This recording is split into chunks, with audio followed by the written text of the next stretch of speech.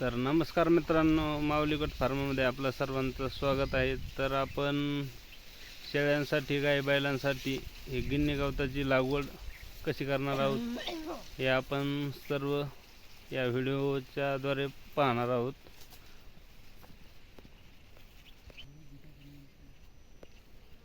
तर हे पाठीमागचं गवत दिसतंय, हे आपण लावलेले 2 वर्ष झालेले आहेत आणि आणखीन याचे फुटवे पाहू शकतात कसे फुटवे आहेत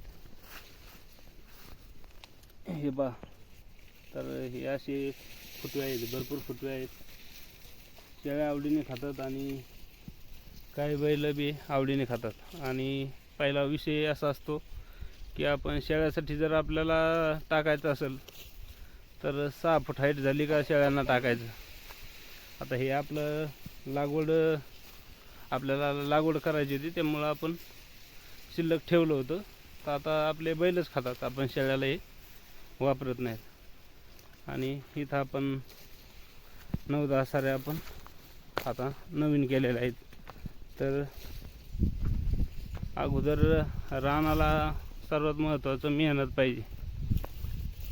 नांगरट करून लावा किंवा चांगली मेहनत कशाने खायना करून आपण साऱ्या पाडून घ्यायच्या अशा.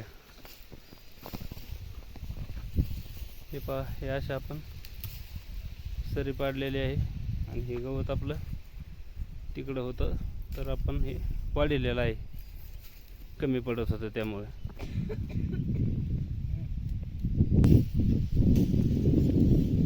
बरेच जण गवत तर आणतात पण ते लागवड नीट नाही केली का तर बरेच जण सांगतात गवत आमचं फुटवत नाही किंवा काही कोणी उभं लावतंय.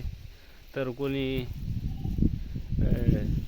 तर तुम्हाला दाखवतो कसं लावायचं. तर आपण अगोदर सर्वात महत्त्वाचं हे असं जे पाचरट दिसतंय हे पाचरट चाळून घ्यायचं, म्हणजे काढून घ्यायचं. पाचरट आपल्याला लावायचे वगैरे हे पहा आपण चाळलेलं आहे, चाळायला चालू आहे.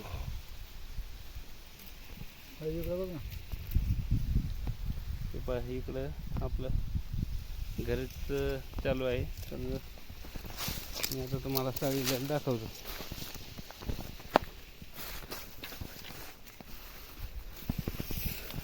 हे पाहू शकता, हे जर असं चाळलेलं का तर लवकर फुटतं ते. आणि आपण चाळलं नाही तरी बी फुटतं, पण एवढं फास्ट फुटत नाही. त्यामुळे हे असं आपण जर चाळून घेतलं तर आपल्याला काही अडचण येणार नाही.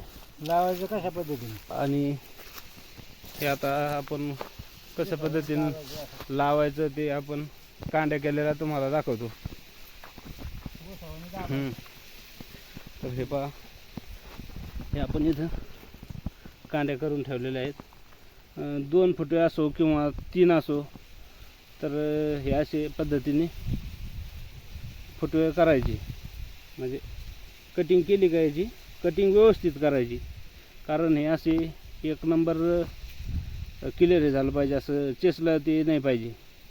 कारण ते खराब झालं नाही पाहिजे. आणि हा डोळा दिसतोय का, हे डोळे मोडून गेले नाही पाहिजे. हे जर डोळे मोडून गेले तर त्याचा तुम्ही लावून काही उपयोग होणार नाही.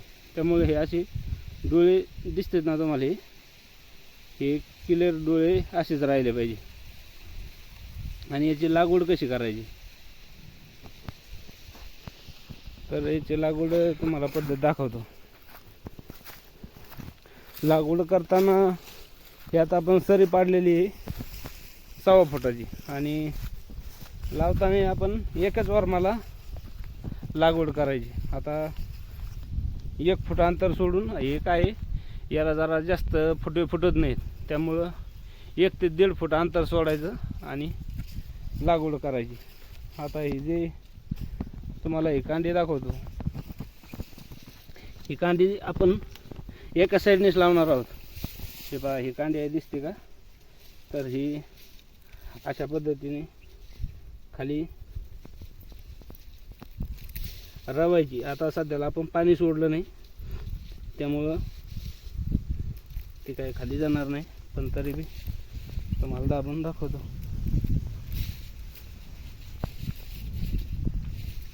तर हे पहा आपण इथं पायाने आता रवलेली आहे आणि अशा पद्धतीनेच हे रवायची. कारण तुम्ही जर जास्त खोल करताना म्हणजे पाणी सोडताना फूट दीड अर्धा फूटभर खाली गेलं तर ते उगणार नाही. आणि ही आता अशी आडवी लावली का तर तशीच पुढं आपलं फूटभर रान सोडायचं आणि लावायची. आणि असं सरी पाडून आपण एका साईडने आता हे दिसतंय तुम्हाला आपण हे इथं ह्या साईडला लावले ना तर आता हे दुसरी सरी असली का तर हे इथल्या साईडला लावायचं. म्हणजे काय होतं हे जो वरम दिसतोय का हा आपला म्हणजे नंतर आपण कशाने पाळी घातली नाही तर डुबा हाकलं तर ते बुजून जाते. हे अशा पद्धतीनं आपलं चांगले फुटवे फुटतात. कोणी आता कांडी उभी लावते तर उभी कांडी लावताना ती पण तुम्हाला दाखवतो. तर आपण हे आणखीन एक कांडी तिथून आणलेली आहे. आता हे तुम्हाला दाखवतो. हा जो डोळा दिसतोय का हे म्हणजे कोणी उभी पद्धत लावते. तर उभी पद्धत जर लावली आपण बरेच जण लावित असतात काही तर उभी पद्धत लावली हो हे अशा पद्धतीने असं खोसायचं. हा हे जो डोळा दिसतोय का हा इथला तर हाच फक्त उघडा राहायला पाहिजे आणि खाली फुल गेलं पाहिजे. आता तुम्हाला सांगतो हे जर तुम्ही जर हे आता तुम्हाला असं सांगितले तुम्ही जर ही कांडी उलटी लावली तर त्याला डोळा फुटणार नाही. त्यामुळे तुम्ही कांडी अशी उभे वर कोम वर करायची. तुमचं सर्व 100चे 100% गवत सगळं फुटून. आणि बैलांना खाण्यासाठी हे मोठालं झाल्यावर काही अडचण येत नाही. पण ती शेळ्यांना जर खायचं असेल ना तर तुम्ही 6 फुटापेक्षा जास्त होऊन द्यायचं नाही. आता ही कांडी इतकी निवार काही शेळ्या थोडंच खाणार आहेत आणि खाल्लं तर मग पोटफुगी काही ज्या अडचणी भरपूर येऊ शकतात.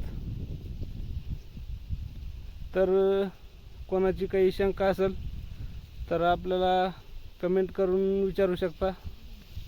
आणि व्हिडिओ जर आवडला तर लाईक फॉलो आणि सबस्क्राईब करा. धन्यवाद.